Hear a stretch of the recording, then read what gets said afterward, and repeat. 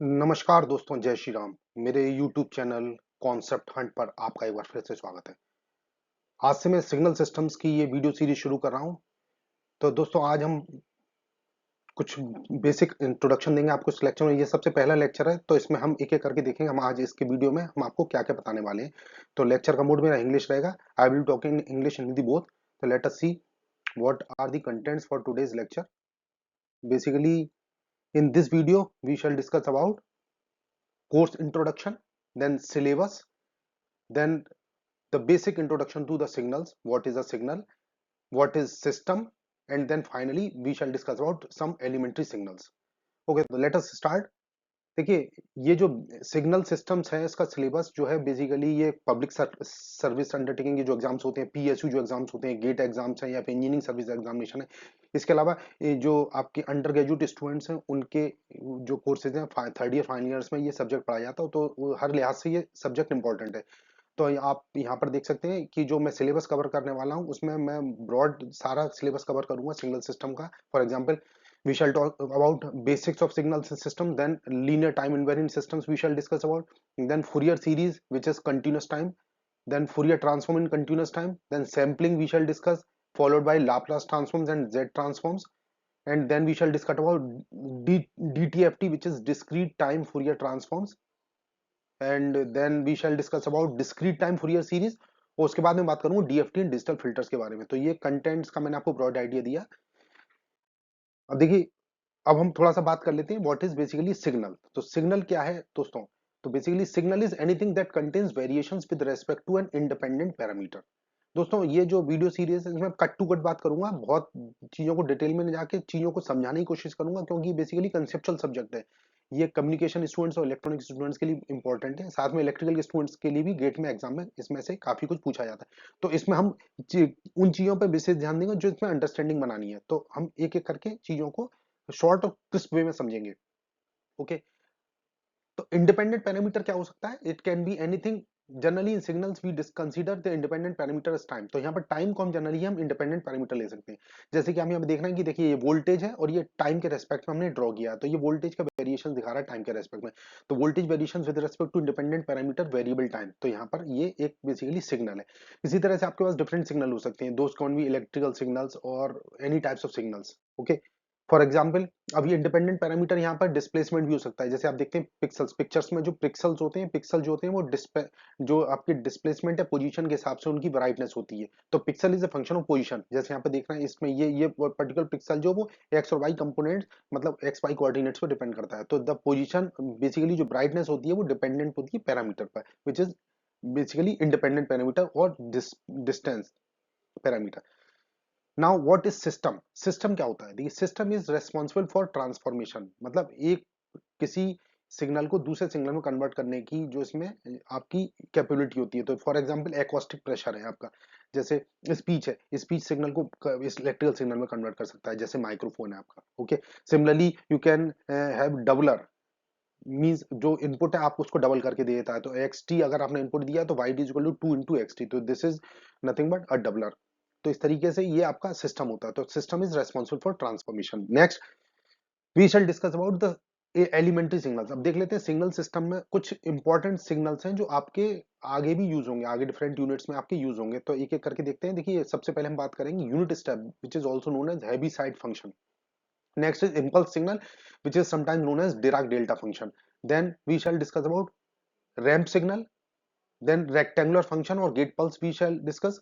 फिर हम बात करेंगे एक्सपोनेंशियल सिग्नल्स की, देन सिंक फंक्शन की बात करेंगे, सैम्पलिंग फंक्शन की बात करेंगे। उसके बाद हम बात करेंगे सैम्पलिंग फंक्शन के बाद में ट्रायंगुलर फंक्शन की बात कर लेंगे, स्ट्रेट लाइंस की सिग्नल्स जो होते हैं, और फिर उसके बाद सिग्नम फंक्शन की बात करेंगे। तो देखिए, सबसे पहले हम बात करते हैं unit step which is also known Heaviside function. देखिए, unit step which is Heaviside function, आप जैसे यहाँ यहाँ देख सकते हैं यूटी, इसको यूटी से डिनोट करते हैं। इसकी दो वैल्यूज पॉसिबल वैल्यूज होती हैं, या तो वन होगा या फिर जीरो होगा। बी वन कब होता है? When T is greater than zero, and zero for values T less than zero. जैसे आप यहाँ पे देख सकते हैं, इसका ये वेव फॉर्म बनाई हुई है। Basically this UT signal wave form is shown with respect to time. तो ut is discontinuous at t equal to zero for mathematical calculations. आप इसको u0 मतलब अगर जीरो पे यहाँ डिसकंटिन्यूटी इक्वल टू जीरो पर डिसकंटिन्यूटी है, तो डिसकंटिन्यूटी है यहाँ पर, इसका मतलब है टी इक्वल टू जीरो पे इसकी दो possible values, one is zero and other is one. Okay, तो for all mathematical calculations we just take the average of this, means at u t equal to zero, u zero is taken as 1/2 which is the average of 1 and 0. Now this is right sided signal, t मतलब t की positive values के लिए ये right side पे है। इसी तरह से लेफ्ट हैंड साइड सिग्नल क्या हो, यू की माइनस टी, मतलब इस आर्ग्यूमेंट को टी को अगर माइनस टी से रिप्लेस करेंगे तो यू माइनस टी आएगा 1 for minus t greater than zero, और जीरो कब होगा, जब minus t less than zero. तो इसको समझना बहुत आसान है। यहाँ पर आप टी को इस वाले फंक्शन में जो मैंने आपको इनिशियली समझाया, इसमें टी को माइनस टी से रिप्लेस कर दीजिए, तो यहाँ पर क्या होगा, minus t greater than zero और minus t less than zero. इसमें आप माइनस से मल्टीप्लाई करेंगे तो क्या हो जाएगा, वन होगा जब T is less than zero, क्योंकि इनइक्वलिटी इनइक्वलिटी को जब माइनस से मल्टीप्लाई करते हैं तो इनइक्वलिटी का साइन रिवर्स हो जाता है, मतलब वन वन कब होगा, जब टी लेस देन जीरो होगा, और जीरो कब होगा, जब T is greater than zero. I hope you understand this. तो ये आपका लेफ्ट साइडेड सिग्नल हो गया। Next is impulse signal. अब देखिए इंपल्स सिग्नल क्या होता है, this is also known as Dirac delta function. इसकी दो वैल्यूज हो सकती है, डेल्टा टी की वैल्यू जीरो हो सकती है for T not equal to zero, and this is not equal to zero for T equal to zero, मतलब एक पर्टिकुलर वैल्यू पर ही इसका एरिया यहाँ पर डिफाइन हो रहा है। जैसे आप देख रहे हैं टी इक्वल टू जीरो पर इसका एरिया 1 होता है। ओके, तो ये आपका डेल्टा टी का डेफिनेशन है। अब इसमें दो इंपॉर्टेंट चीज होने जानने के लिए, एक तो माइनस इन्फिनिटी से इन्फिनिटी के बीच में जो इंटीग्रल करेंगे तो डेल्टा टी की वैल्यू जो होती है इंटीग्रल 1 हो जाता है। Third important point is amplitude of delta T is equal to area of delta T which is 1। तो यहाँ पर ये एक इंपॉर्टेंट ये कंक्लूजन है। अब देखिए इंटीग्रेशन क्या होता है, बेसिकली इंटीग्रेशन क्या होता है, graphical representation of area under the curve. जैसे कि आप फॉर एग्जांपल अगर आपसे पूछा जाए कि minus infinity to minus two delta T D T क्या हुआ, तो यहाँ पर आप देख सकते हैं, जैसे कोई ये आप देख रहे हैं कि माइनस इन्फिनिटी से माइनस टू मतलब लेफ्ट हैंड साइड पर है, मतलब माइनस टू का मतलब माइनस इन्फिनिटी से माइनस टू तक अगर जाएंगे तो यहाँ पर ये एरिया इसमें कवर नहीं हो रहा है, इसका मतलब इसकी वैल्यू जीरो रहेगी। मतलब माइनस इन्फिनिटी से माइनस टू मतलब T is equal to zero के लेफ्ट पर है, तो इंटीग्रेशन की वैल्यू अगर माइनस इन्फिनिटी से माइनस टू के बीच में है या किसी भी ऐसी वैल्यू पर जो टी की वैल्यू इससे कम है, तो वहां पर ये जीरो हो जाएगा। सेकंड केस हमारा हो सकता है इन्फिनिटी टू टू, तो ये इन्फिनिटी टू का मतलब है, माइनस इन्फिनिटी टू का मतलब है इसमें यहाँ पर ये इसको वन को क्रॉस करा, मतलब T equal to zero value cross करा, तो ये एरिया यहाँ पर कंसीडर हो जाएगा, इसका मतलब ये इंटीग्रल यहाँ पर वन हो जाएगा। तो ये कहलाता है टाइम वेरिंग इंटीग्रेशन। अगर माइनस इन्फिनिटी टू टी लेते हैं, मतलब अब टी की कोई भी वैल्यू हो सकती है, तो यहाँ पर टाइम इंटीग्रेशन है, टाइम वेरी कर रहा है यहाँ पर। तो यहाँ पर हम जनरली कह सकते हैं minus infinity to to T infinity to T delta T T equal to zero कब होगा, जब टी लेस देन जीरो होगा, और वन कब होगा, जब टी ग्रेटर देन जीरो होगा। मतलब कहने का मतलब है ये आपका एक तरीके का यूनिट स्टेप फंक्शन बन जाता है। जब आप डिराक डेल्टा फंक्शन को इंटीग्रेट करते हैं टाइम वेरिंग इंटीग्रेशन के लिए, तो उसकी वैल्यू यूनिट स्टेप फंक्शन के बराबर होती है, जैसा कि आप यहाँ देख सकते हैं। तो this is another important conclusion. तो ये मैंने यहाँ पे दिखाया हुआ है, देखिए minus infinity to infinity delta T D t is equal to one, and similarly minus infinity to t which is time varying integration of delta t with respect to time which is equal to unit step function. तो this should be remembered. Now next function is ramp signal. Ramp signal is generally denoted by small r of function t which is nothing but t into ut। Okay, तो rt की value t के बराबर होगी when t is equal to t is greater than zero and it is zero for t less than equal to zero। तो आप यहाँ पे देख सकते हैं इसका स्लोप जो होता है 1 होता है, और ये स्ट्रेट लाइन की तरह है, तो यहाँ पर y is equal to m x plus c अगर इसको कंपेयर करें तो m यहाँ पर स्लोप 1 हो जाएगा, और x की टाइम है, टाइम एक्सिस ले रखी है, तो ये आपका t ग्रेटर देन जीरो पर ये कर्व यहाँ पर ड्रॉ किया होगा। ओके, अब रैंप सिग्नल में देखिए और भी इंपॉर्टेंट चीज है, एक तो राइट हैंड साइडेड सिग्नल होता है, मतलब सिग्नल मल्टीप्लाइड बाय यूटी। किसी भी सिग्नल को जब आप यूटी से मल्टीप्लाई करते हैं तो वो राइट साइडेड इक्विवेलेंट बन जाता है, और किसी भी सिग्नल को जब यू की पावर यू माइनस टी से अगर आप मल्टीप्लाई करते हैं तो वो आपका लेफ्ट साइडेड इक्विवेलेंट सिग्नल बन जाता है। जैसे कि आप यहाँ देख सकते हैं f t is equal to t मतलब which is ramp signal. Okay, तो यहाँ पर अब इसमें यू टी से मल्टीप्लीकेशन नहीं है, तो यहाँ पर इसका स्लोप 1 है, तो ये माइनस इंफिनिटी से इंफिनिटी तक जा रही है लाइन। ओके, तो what we shall do if you multiply this function with u t, तो this would become entirely with right sided signal, तो means t u t is nothing but the ramp signal for t greater than equal to zero. तो इस तरीके से, इसी तरीके से अगर t में u माइनस सी से मल्टीप्लाई करेंगे तो you are getting the left sided ramp signal as you can see here. देखिए ये आपका लेफ्ट साइडेड रैम सिग्नल है। अब नेक्स्ट आपका सिग्नल रहता है रेक्टेंगुलर पल्स और रेक्टेंगुलर फंक्शन, जिसको कि गेट पल्स भी बोलते हैं। तो यहाँ पर देखिए इसको डिनोट करते हैं rect of T by T, rectangular function of T by T. Argument जो है इसका टी अपॉन टी है, तो टी अपॉन टी ये आर्गुमेंट है, इसका मतलब क्या है देखिए मैं आपको बताता हूँ। इसकी दो वैल्यूज पॉसिबल हो सकती हैं, या तो 1 होगी या फिर 0 होगी। 1 कब होती है, -t/2 से t/2 के बीच में, और 0 कब होगी इसके अलावा। तो जैसे मैंने आपको बताया गेट पल्स की तरह है, तो यहाँ गेट है मतलब -t/2 से t/2, यहाँ पर देख सकते हैं इसका आप वेवफॉर्म। तो -t/2 टू t/2 का इसका विड्थ है बेसिकली, इसका ये विड्थ टोटल कितना होगा t, और इसका एम्पलीट्यूड कितना है 1 है, ठीक। तो ये रेक्ट टी ऑफ टी है। Rect of T is a rectangular pulse centered at origin of width T. Okay. For example अगर आपको ड्रॉ करना है 2 रेक्ट ऑफ t/8, तो यहाँ पर आप देख सकते हैं, इसको स्टैंडर्ड से कंपेयर करेंगे तो यहाँ कैपिटल T की वैल्यू 8 है, तो इसका मतलब यहाँ पर इसकी विड्थ जो होगी टोटल 8 होगी, मतलब -4 से 4 तक ये एक्सपेंड करेगा, और इसमें इसका जो एम्पलीट्यूड है वो मल्टीप्लिकेशन फैक्टर है वो 2 है, तो इसका मतलब एम्पलीट्यूड यहाँ पर 2 होगा, विड्थ इसकी 8 होगी। तो दिस इज आपका 2 रेक्ट ऑफ t/8। अब एक्सपोनेंशियल सिग्नल देख सकते हैं। एक्सपोनेंशियल सिग्नल जो होते हैं बेसिकली दो तरीके के होते हैं, एक्सपोनेंशियल राइज और exponential fall. As you can see here, यहाँ पर देख सकते हैं e⁻80 से इसको डिनोट करते हैं फॉर a ग्रेटर देन 0, मतलब a की वैल्यू पॉजिटिव होनी चाहिए।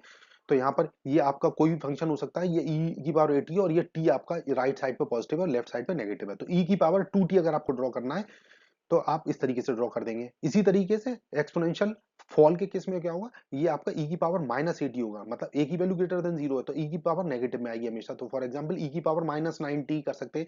तो यहाँ लेफ्ट साइड अगर आप इसको मल्टीप्लाई करेंगे u ऑफ -t, तो लेफ्ट साइड हो जाएगा, और राइट साइड के लिए आपको u ऑफ t से इसमें मल्टीप्लाई करना होगा। तो यहाँ पर ये देखिए एक्सपोनेंशियल सिग्नल के 4 पॉसिबल केसेस हो सकते हैं, मैं आपको समझा देता हूँ। ये एक्सपोनेंशियल सिग्नल के 4 केसेस बताइए। देखिए आपका जो मैंने आपको प्रीवियस केस बताया था उसमें आपको लेफ्ट साइड सिग्नल और राइट साइड सिग्नल के दो बाइफर्केशन कर दिए हैं। जैसे फॉर एग्जांपल ये आपका जो फर्स्ट वाला पोर्शन है, इसमें आप देख सकते हैं लेफ्ट साइड पर है लेकिन ये राइजिंग है।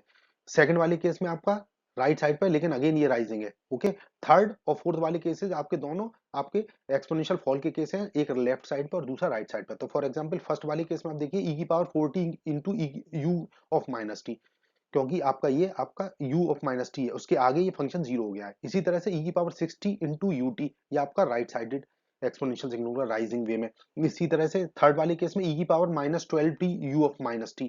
Okay, this is left side exponential decay, and fourth one is right side exponential decay signal, जिसको हम एग्जांपल के लिए जैसे दिखा सकते हैं e⁻−40 इंटू ut। तो these are 4 possible exponential signal cases. तो ये इंपॉर्टेंट है दोस्तों। तो अगर आपको कभी एग्जाम में इस तरीके का या कोई एक बुक में आप देखते हैं तो इस तरीके से आप इन सिग्नल्स को आप अपने कैटेगराइजेशन के हिसाब से इनको वर्कआउट कर सकते हैं। अब नेक्स्ट सिग्नल है important signal which is sinc function. Sinc function देखिए क्या होता है। सिंक फंक्शन हम डिनोट करते हैं SINC।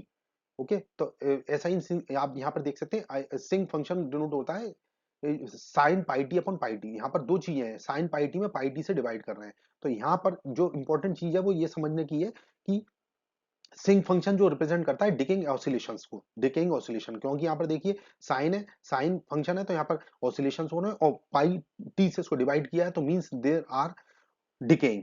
ओके, तो ये आपके डिके हो रहा है, तो साइन वेव जो है डिके हो रही है, दोनों साइड पे चल रहा है, देख रहे हैं। तो value at t, sine pi t की वैल्यू 0 हो जाएगी when pi t is equal to n pi. तो टी इक्वल टू एन मतलब इंटीजर्स वैल्यू के लिए, तो t equal to +-1 +-2 +-3 up to so on. तो यहाँ पर ये वैल्यू आपकी सिमेट्रिक होगी अबाउट दिस वाई एक्सिस। तो यहाँ पर ये देखिए जीरो क्रॉसिंग्स कहाँ पर आएंगी, जीरो क्रॉसिंग्स आएंगी। साइन फंक्शन प्रेजेंट है decaying oscillation number 1, number 2 sinc function है जीरो क्रॉसिंग इंटीजर्स। जैसे आपको मैंने बताया जीरो क्रॉसिंग इंटीजर कहाँ है, ये 1 2 3 4 5। इसी तरह नेगेटिव साइड है -1 -2 -3 अप टू सो ऑन।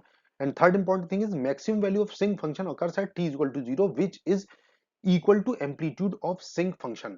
जैसे आप देख सकते हैं यहाँ पर अगर आपको एम्पलीट्यूड निकालना है इसका, तो for the value at t equal to 0, तो यहाँ पर इस फंक्शन में लिमिट t टेंस टू 0 पर आप वैल्यू रखेंगे आपके sine pi T upon pi t. तो pi t tends to theta, if theta tends to 0 जैसे हम जानते हैं, अगर थीटा की वैल्यू बहुत कम है तो sine theta equal to theta हो जाता है। तो वही चीज यहाँ पर एप्लीकेशन किया है हमने। तो क्या होगा, limit T theta tends to 0 sine theta upon theta is equal to 1। तो amplitude of sinc function is 1 means at t is equal to 0 you can say that the amplitude is 1। तो यहाँ पर ये देखिए इसका जो एम्पलीट्यूड होगा 1 के बराबर होगा। ओके, तो this is about sinc function. इसके बारे में थोड़ा सा और डिटेल देख सकते हैं। देखिए अगर मान लीजिए आपको कोई सिंक फंक्शन बनाना है, फॉर एग्जांपल अगर आपको 6 सिंक 2t बनाना है, ठीक है, तो 6 सिंक 2t, 6 इसका एम्पलीट्यूड है, और सिंक 2t, ठीक है, SINC 2t, तो हमें 2t करना है। तो यहाँ पे बेसिकली स्केलिंग हो रही है, टाइम में स्केलिंग हो रही है, 2 टाइम्स करा है। तो यहाँ पे एक रूल है, कि every time instant of X T has to be divided by. Actually ये सब चीजें मैं आपको जब आपके सिग्नल ऑपरेशंस पढ़ाऊंगा तो वहां पर आपको समझा दूंगा। अभी इस एप्लीकेशन को हम टाइम स्केलिंग को यूज करके हम स्केलिंग फैक्टर का जो कंसेप्ट बता रहे हैं, यहाँ पर ए स्केलिंग फैक्टर है अगर, तो यहाँ पर उसको हर टाइम इनको आप ए से डिवाइड कर देंगे, तो यहाँ पर ए की वैल्यू 2 है। तो बेसिकली अगर सिंक, जैसे आपने ये सिंक टी का फंक्शन ड्रॉ किया है यहाँ पर, जैसे कि आप देख रहे हैं, जैसे मैंने आपको भी लास्ट स्लाइड में समझाया था, on the basis of this particular function we can easily draw 6 sinc 2 T. तो हमें क्या करना है, जो जीरो क्रॉसिंग्स हैं उन पर्टिकुलर पॉइंट्स पर स्केलिंग कर देनी है, मतलब 1/2 से हम इसको मल्टीप्लाई कर देंगे या फिर 2 से डिवाइड कर देंगे। तो जो पहले स्केलिंग, पहले जो क्रॉसिंग हो रही थी देखिए आप 1 पे थी, 2 पे थी, 3 4 अप टू सो ऑन, इसी तरह नेगेटिव साइड पे 1 2 3 थे, तो यहाँ पर सब में 2 से डिवाइड कर दूंगा, तो आपका ये 6 सिंक 2 टी बन जाएगा। जैसे आप देख सकते हैं, तो 1 वाला पॉइंट 1/2 हो जाएगा, 2 वाला पॉइंट 2/2, 3/2, 4/2, इस तरह से। इसी तरह माइनस साइड पर भी -1/2, -2/2, -3/2। तो this is how we can draw the sinc function. तो दिस इज सिंपल। ओके, अब देखिए सैम्पलिंग फंक्शन, जो सैम्पलिंग फंक्शन भी सिंक फंक्शन की तरह ही होता है, थोड़ा सा डिफरेंस है, आप उसको देख सकते हैं यहाँ पर। सैम्पलिंग फंक्शन जो होता है, हम बेसिकली इसको डिनोट करते हैं S A of T. Okay, यहाँ पर आर्गुमेंट टी है, तो sampling function S A of T is defined as sine T upon T. जबकि सिंक फंक्शन में हम sine pi T upon T कर रहे थे, तो यहाँ पर पाई जो है वो गायब है, यहाँ पर पाई का यहाँ पर जो है वैल्यू यहाँ पर हटा दिया है, ठीक है। तो यहाँ पर साइन टी की वैल्यू 0 हो जाएगी, तब टी की value n is t is equal to n pi होगा, मतलब +-पाई +-2 पाई +-3 पाई, इस तरीके से हम डिफरेंट जीरो क्रॉसिंग यहाँ पे दे सकते हैं। तो this is just similar to the sinc function. केवल यहाँ पर एक फर्क है, यहाँ पर जो क्रॉसिंग्स हो रही हैं वो पाई के इंटीग्रल मल्टीपल्स में, जैसे आप देख सकते हैं, तो 0 से pi 2 pi 3 pi up to so on both sides, negative and positive side. तो this is about sampling function. देखिए फॉर एग्जांपल, अभी हम जो, जैसे हमने आपको सिंक फंक्शन के बारे में बताया, तो यहाँ पर भी आपको 3 चीजें नोट करके रखनी चाहिए। Number 1, the sampling function represents decaying oscillations. Second point is it has zero crossings at integral multiple of pi, जैसे मैंने आपको बताया। Third point is maximum value of the function occurs at t equal to 0 means equal to amplitude of sinc function, जैसे sampling function जैसे कि 1 के बराबर है। सेम चीज है, तीनों पॉइंट सेम है जो कि आपके सिंक फंक्शन में थे। तो जैसे आपको फॉर एग्जांपल यहाँ ड्रॉ करना है 8 सैम्पलिंग ऑफ 4t, तो यहाँ पर इसमें टाइम स्केलिंग करेंगे, तो यहाँ पर दो चीजें हैं, एक तो टाइम स्केलिंग होगी और दूसरा यहाँ पर 8 एम्पलीट्यूड है, तो यहाँ पर 8 एम्पलीट्यूड होगा। और आपका ये अगर केबल टी होता तो वहां पर आपके पाई 2 pi 3 pi 4 pi up to अब 4 है, तो यहाँ पर 4 से डिवाइड कर देंगे। तो यहाँ पर पाई पे था पहले, वहां पर उसको 1/4 कर देंगे, तो हर जीरो क्रॉसिंग को 4 से डिवाइड कर देंगे, तो टाइम स्केलिंग हो जाएगी उसकी। तो पाई/4, 2 पाई/4, 3 पाई/4 up to so on. Similarly on negative side also देखिए, -पाई/4, -2 पाई/4 अप टू सो ऑन। तो यहाँ पर ये जो है sinc in terms of sampling function and vice versa we can draw. तो sinc of 3t is equal to sine of 3 pi T upon 3 pi t, जैसे मैंने आपको समझाया। इसी तरह सैम्पलिंग ऑफ 3t में क्या था, साइन 3t अपॉन 3t। तो यहाँ पर केवल फर्क जो है आर्गुमेंट में पाई से मल्टीप्लीकेशन या डिवीजन का है, ठीक है। तो ये आपका बेसिक डिफरेंस है सैम्पलिंग फंक्शन और सिंक फंक्शन में। एक बार यहाँ पर देखिए, एक दो एग्जाम्पल से मैंने आपको समझा दिया है कि सिंक फंक्शन जो है बेसिकली क्या है। सिंक फंक्शन जैसे 4t का आपको ड्रॉ करना है, तो सिंक फंक्शन 4t का क्या होगा, sinc sine of 4t upon 4 pi T, sine of 4 pi T upon 4 pi T which is sampling of 4 pi T. Okay, इसी तरह सैम्पलिंग फंक्शन ऑफ 2t का अगर आपको ड्रॉ करना हो, तो यहाँ पर ये साइन 2t अपॉन 2t के बराबर होगा। तो this is also equal to sinc of 2t upon pi. देखिए यहाँ पर मैंने इसके आर्गुमेंट में पाई से डिवाइड कर दिया है। तो अगर आपको सैम्पलिंग फंक्शन को सिंक फंक्शन में कन्वर्ट करना हो या इसका बाई से भरा करना हो, तो इसमें इसके आर्गुमेंट में पाई का मल्टीप्लिकेशन या डिवीजन कर देते हैं, तो so that you can easily convert sinc function and sampling function into one another. तो ये आपका दोस्तों आज का लेक्चर था। अब आगे के कुछ जो एलिमेंट्री सिग्नल्स हैं वो नेक्स्ट लेक्चर में बात करूंगा। आपको ये वीडियो कैसा लगा, कुछ फीडबैक देके बताइए दोस्तों, और thank you for watching my video. जय श्री राम।